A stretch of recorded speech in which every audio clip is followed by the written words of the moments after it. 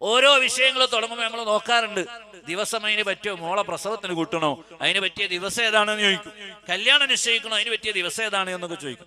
എന്നാൽ ഒരു കാര്യം തുടങ്ങാൻ പറ്റാത്തൊരു ദിവസമുണ്ട്, അത് പറയാം നമ്മൾ ആദ്യം. ഒരു കാര്യം തുടങ്ങാൻ പറ്റാത്തൊരു ദിവസമുണ്ട്, അന്ന് എന്ത് തുടങ്ങിയാലും കാര്യമില്ല, അതിൽ ബറക്കത്തുണ്ടാവില്ല. ഏതാണ് ദിവസം? ഞാൻ പറഞ്ഞതല്ല, സയ്യിദുൽ വറ മുഹമ്മദുർ റസൂലുള്ളാഹി സ്വല്ലല്ലാഹു അലൈഹി വസല്ലമ തങ്ങൾ പറഞ്ഞതാണ്. മല്ലം യുസല്ലി സുബ്ഹ ഫലൈസ ഫീ റിസ്ഖിഹി ബറക. ഒരാൾ സുബ്ഹ നമസ്കരിച്ചില്ല എങ്കിൽ അന്നത്തെ അയാളുടെ റിസ്ഖിൽ ബറക്കത്തില്ല.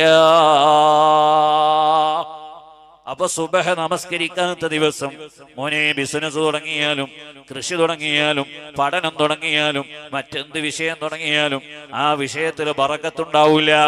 പറഞ്ഞത് ഞാനല്ല, സയ്യിദുൽ വറ മുഹമ്മദുർ റസൂലുള്ളാഹി സ്വല്ലല്ലാഹു അലൈഹി വസല്ലമ തങ്ങളാണ്.